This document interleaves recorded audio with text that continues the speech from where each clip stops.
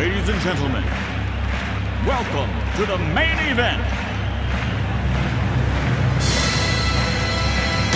Welcome to tonight's entertainment. Hi, gang. It is the Not Quite Right Show, and we are back from Raleigh, North Carolina. It was Next Level Fight Club 8, and let me tell you, it was a good one. The fun that we had. The crowd was awesome, and it was just amazing to watch. Now, listen, we have a lot to get to on this show, like broken bones. And might I say, ouch. And what had this guy flipping out? What? We will answer all of those questions. Plus, we got it all from the undercard to the main event. It's all happening on the Not Quite Right show that's starting right now.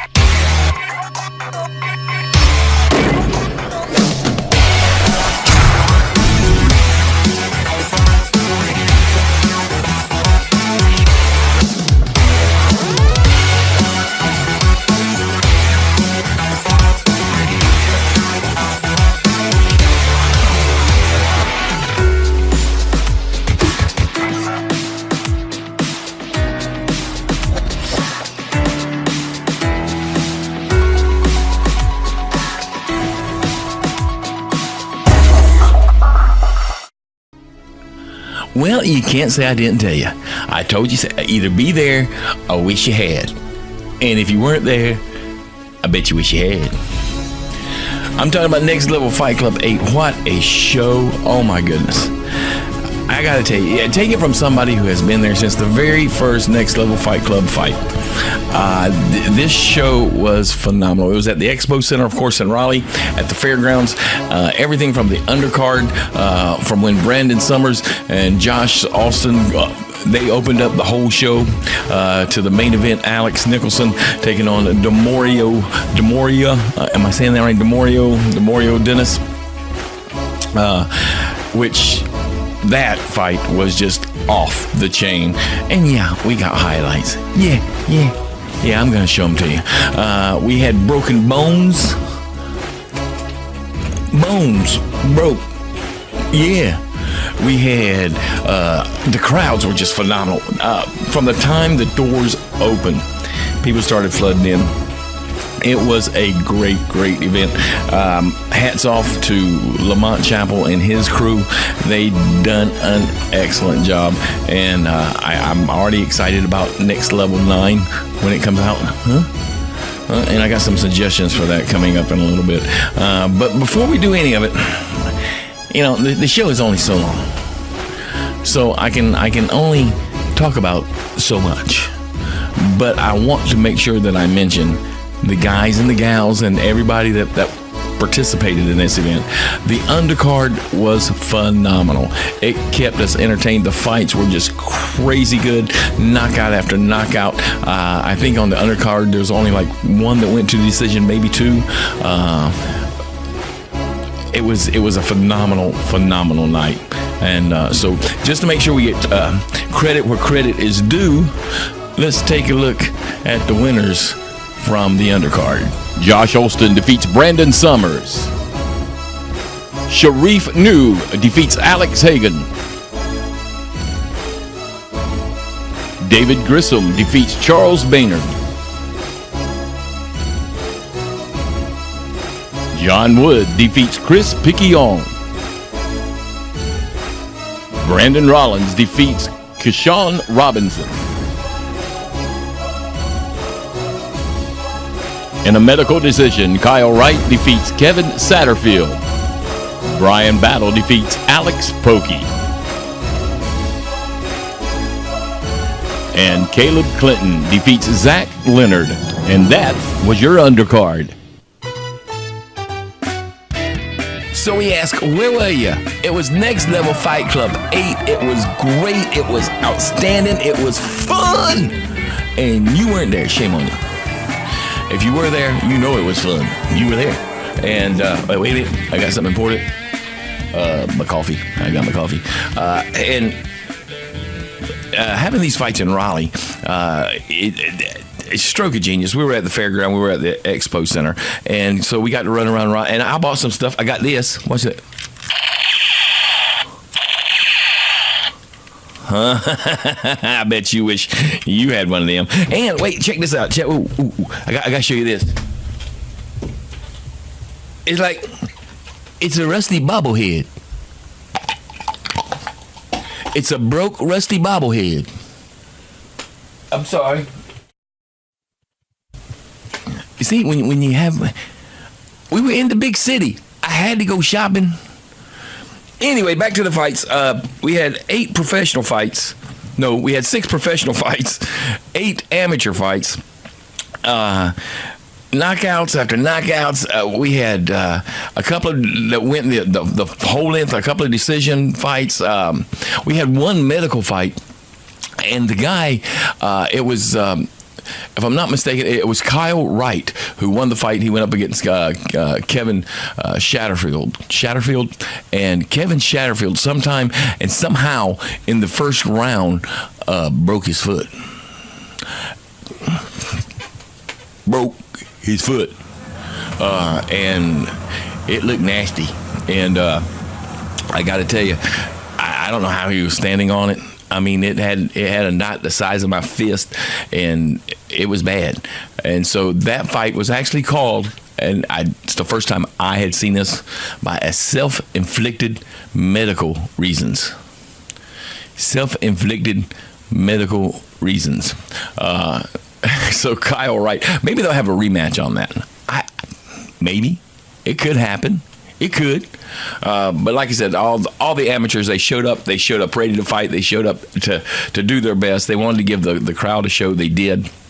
Now in the heavyweight, not the heavyweight, in the professional division, the pros that came out to fight, there was one female fight, Nicole Smith and Hannah Cyphers. We're going to be talking about that fight. We're also going to be talking about Alan Bowes taking on Eric Ellerby. We're going to be talking about that fight. We're going to be talking about the Chase Gamble fight. Chase Gamble will take on Alan Stewart, that fight. And then the main event, which was Alex Nicholson taking on Demario Dennis. Those were I think there was a couple more pro fights, and maybe we can get to them on the next show. But I've only got 30 minutes, people, okay? And so we're going to be talking about those fights when we come back right here on the Not Quite Right Show.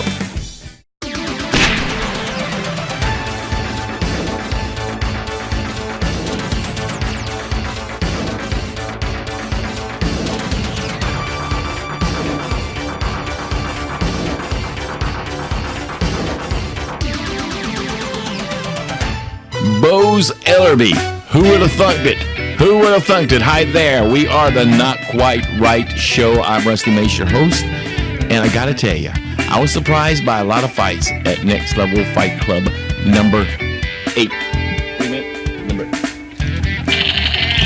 Number 8. And this one really was a great battle. It was Bowes' debut fight as a professional. Ellerby had a record of 1-4-0. And I got to be honest, I was thinking Ellerby, he looked a little bigger, he looked a little stronger. I was surprised. And I was surprised by this guy. He's on the phone with me right now. How are you doing, buddy? Phenomenal. Doing really well. How are you? Well, I'm still sore from watching you. Yeah. I believe it. Well, before we get into the interview, there was a kid there, a little boy. I think he was about 11 or 12 years old. It was his birthday, and you were his favorite fighter. I appreciate that. He was my favorite fan. I think I actually got a picture with him and his father. Oh, that's awesome. That is awesome. I was hoping something like that happened. I took him up to the cage at one point, but of course, being that young, they wouldn't let him stay up there. Anyways, tell me about the fight. Tell me how you saw the fight. It looked like to me at one point. Now your opponent, by the way, was Eric Ellaby. He had a record of 1-4-0. He come into the fight and he looked like he was ready. And at one point, it looked like he was going to try to choke you out. Yeah. So he was a big boy. We're both pretty big boys. He was a big boy. He came in a little heavy, which wasn't an issue. I had already prepped for the fight, so I was going to take the fight no matter what. And then normally I like to circle around the cage. I like to get my eyes on my coach in case I have an issue. So, as soon as a bell rang, I did my 180 around the cage so I can get my face towards my coach. And within the first jab, I don't think on tape a lot of people saw it, but that first jab actually had split Eric open. Wow. And Eric came in. I think his intent was to shoot a double. I kind of jacked him up with the underhooks, and then I'm pretty comfortable in the cage, so I worked my way over to the cage. And then, like you said, Eric had got with his right arm, had snuck in a head and arm guillotine. Right. Which, for most big guys, head and arm guillotines are hard because our shoulders are so big. It's just really hard to get it in. I don't think myself or my coach were worried about it. Well, I think that really was his from watching the fight, you did not look very worried about it. Now, where did that strength come from? Because you just picked him up, Jack. And that was, he's a big boy. Yeah, so most of my training partners are all heavyweights in the 240, 250 range. And my profession outside of the cages, I'm actually a personal trainer and strength and conditioning coach. Okay. So I spend all day in the gym. I've trained a couple world record holders. I trained second place at IPF Worlds, Leonard Jones, and he also went to the Arnold and did very, very well.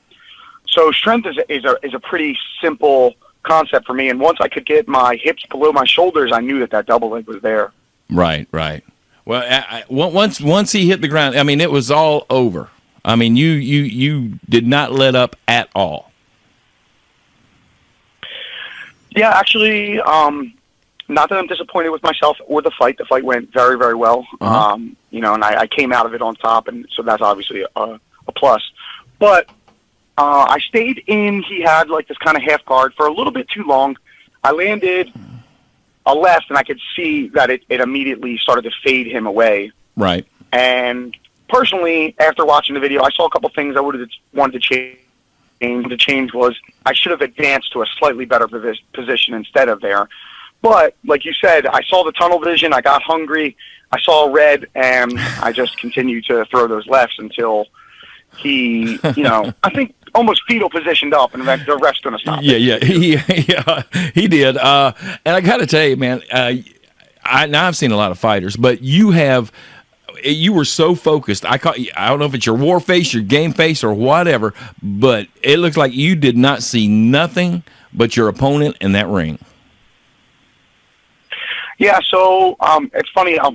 A lot of people ask me, like, what's going on in your head? How do you get angry? And in reality, actually, I try and do the opposite. I try and just focus and stay calm and kind of almost empty as I step in the cage. So the last thing I do first thing I do when I get in the cage is, touch my head to the mat and just, hey, this is it. This is me, the cage, and then I'm going to lock the doors and set it out. Well, it was an amazing debut as a professional, dude. And it was my first time actually seeing, was this was your first time fighting in a Next Level promotion? Yeah, my first time fighting with Next Level Promotions. Next Level actually hooked me up with the Bellator Amateur Series. Mm-hmm. So we had already kind of started to establish a working relationship. And the matchmaker, Chris, me and him have known each other for quite a while, and he's an amazing matchmaker. Oh, he is. So after the Bellator series, that was the first person I called. Hey, if you guys have another one, I would like to step up. Well, I tell you what, dude, I am so glad you did. It was a great fight. You were amazing, and like I said, it was like 66 seconds into the first round, and it was over, and you got your first win. So what's next for Alan Bowes? So currently, I'm going to do the Charlotte International IBJJF. Mm-hmm. That's coming up here October 7th, I believe. And then I got on with the management company. A couple of my sparring partners and teammates are working with LCA management. So I got with them, and basically we're trying to lock something on for November because of how well the fight camp went. And basically I can go right back into another camp. We're going to try and go right into a November show. Well, buddy, the best of luck to you, and thank you so much for taking time out of your busy schedule to talk to us here. Thank you. I appreciate the offer. I appreciate the opportunity. There was one female fight on the card, Nicole Smith taking on Hannah Cyphers, and we're going to take a look at that fight right now.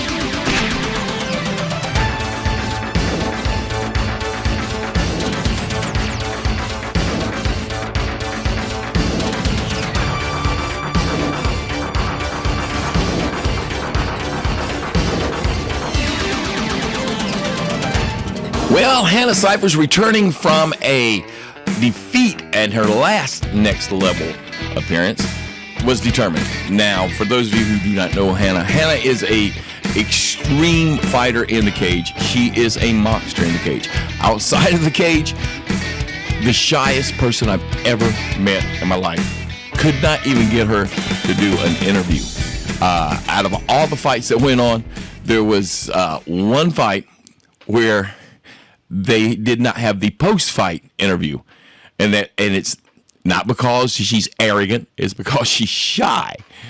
But as you can tell in this clip, she's not shy when it comes to the cage.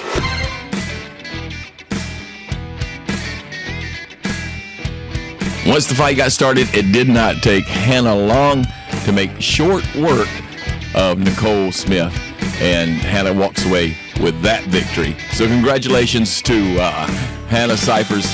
Great job, great fight. And coming up next, yes, we are going to take a look at Chase Gamble. He's up next on the Not Quite Right Show.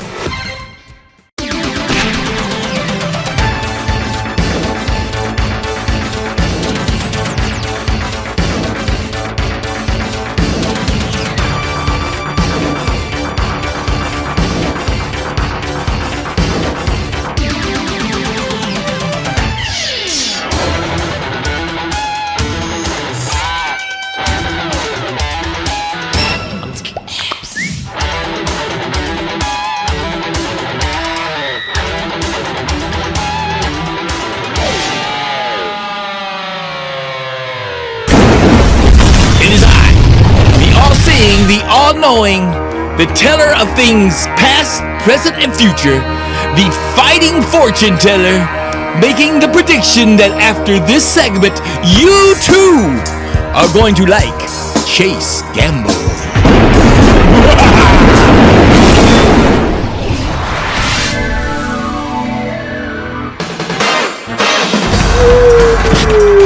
It is the Not Quite Right Show. And are you a Chase Gamble fan? You should be a Chase Gamble fan. Chase Gamble is one of the good guys. I got to tell you, I've known him for the past 3 fights that I've done with Next Level. He came in the first time, and let me tell you that his win-loss record does not reflect at all the kind of fighter and the type fighter that he is. Chase is the type of fighter that will go up in weight, down in weight, whatever it takes to get the fight. That's what Chase Gamble, and that's why I love the guy. I think he's fantastic. 3 fights ago, he came in on 8 hours' notice to fight Alan Crowder on 8 hours' notice. And he drove 7 hours of that. So that's the kind of fighter Chase Gamble is. So his past 2 outings here at Next Level have not been good to Chase. He had lost the last 2 times he has been in the cage at Next Level. And he showed up this time not with a different attitude, but with a more determined look than what I've seen before. And he came to go to work. And let me tell you, it was a awesome fight. He was the co-main event, and it went for 3 rounds, almost the complete 3 rounds. The first round, Chase Gamble actually he knocked his opponent, and he was fighting Alan Stewart, and he knocked Alan Stewart down in the first round. I thought, wow, this is going to be over quick, but Alan had a different plan. Alan somehow survived this barrage. Alan somehow got back up on his feet, and he went after Chase. And in the second round, it was looking like Chase might be getting a little winded and might be getting in a little bit of trouble. Now, admittedly, Chase Gamble's style is not a conventional fighter style at all.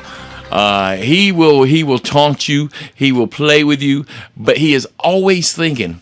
And in the third round, Chase came out. Again, at the first of the third round, it was anybody's game. The cage was rattling. The 2 people was rattling.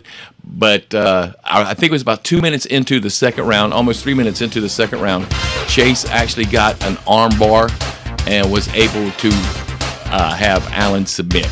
It was a tap out. Done! Tap out. And so Chase Gamble won the fight. Everybody in the house was tickled to death for him, especially this guy. I don't know why Chase was beating up on the youngin. I don't know. But the youngin seemed to enjoy it. It was a great fight, and Chase is always the showman. He's always the gentleman. That is one thing I'll carry around with me about Chase Gamble above all else. He is a gentleman and a nice guy and a great coach. And that was the Chase Gamble fight. We got more coming up right here on the Not Quite Right Show.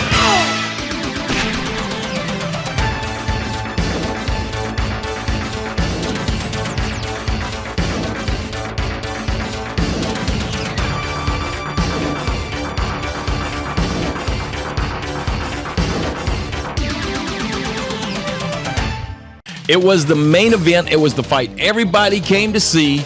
And it was Alex the Spartan Nicholson against Demorio Dennis. And on the phone with me right now is the man himself, Alex the Spartan Nicholson. How you doing, buddy? I'm doing well. I got to tell you, I was really impressed, man. This was the first time I actually got to see you fight. And I think it was your first next level fight. What did you think about the entire event as a whole? I loved coming out there, man. You know, the promotion did a great job. I had some issues with the North Carolina State Athletic Commission. You made that real clear in the ring, too. Well, I've never had such an issue, man. You know, we had our baby, and they were trying to cause all these issues for me. Like, I understand what the rules are. I've been doing this a long time. I was just real surprised, man. I mean, Hannah was walking back and forth taking care of the baby, and right. It's not against the rules for somebody to walk back and forth. Mm-hmm. That's not a fighter. So it was just, you know, I came out there with her and just my baby. They were making it such a fuss. I mean, this guy had his whole. But like you said, man, you know, the promotion was a good job. I got to check out Raleigh. I'd never been there. You know, all that meant nothing when he was laying there unconscious. They did a good job of helping take care of him afterwards. Yeah, I've got to tell you, I think the fight, like I said, it was the main event. I think it lasted 1 minute and 6 seconds. When you started throwing them lefts, it was all over. Yeah, man, he pretty hard knee. I think would have taken most people down to the face, and then I put my hand on his head to push him away because he was trying to come in and hug me to take me down. Right. And I felt all his weight on my hand, so I just bent my hand and turned it right into an elbow, and then I threw 4 more of those, and he crumbled, man. He was down and unconscious for at least 10 minutes, I'd say. Oh, he was, yeah, that was a hurt man. And Demorio, now he come into this fight, and you know, if you just look at this at the stats, he was 6-4-0, and you were 7-4-0. So you know, stat wise, you would think it lasted a little bit longer than it did. Yeah. The thing about that is I've competed against the best people in the world, and he hasn't. I mean, he fought kickboxing. He's kickboxed in the world, but he lost whenever he made it to the higher level. Right. Not taking anything away from him. He was a big skilled opponent. But like I said when we talked the first time, I'm one of the best in the world, and I don't think I'm being cocky making that statement. I'm fighting at a weight that feels comfortable for me. I feel powerful, and I think, this is a good home for me at this weight. And obviously with results like that, I don't think anybody... You can't argue with the results. Yeah, you cannot argue with the results. So what's next for you, buddy? What is next for the Spartan? I have October 14th in Pensacola, Florida. And with my opponent, I just found out yesterday, backed out of that one. So they're trying to find me a new opponent. And then Bellator will be in Florida November 19th. So I'm hoping to get this October one out of and maybe fight Bellator in November. But the main goal is to get back to the UFC. So talk to my manager and everything after this October fight. And we're going to see if I have to go over there. Well, obviously that's what the paycheck is better there. But I would probably just do a one-fight contract with him and try to get back into the UFC. Well, the best of luck to you, Alex. It was a pleasure meeting you, and your wife and your kid. Obviously, the most important thing to you. Tell them I said hey and kiss that baby for me, man. I will, brother. Yeah, man. And that was another dangerous thing about me going out there. If a guy comes out there with just his wife and just a baby, you got to know that he loves this sport. Mm-hmm. And, I think any man would agree with me. If there's anybody you want to win in front of, it would be them. So couldn't have gone better. And I appreciate you and all the support.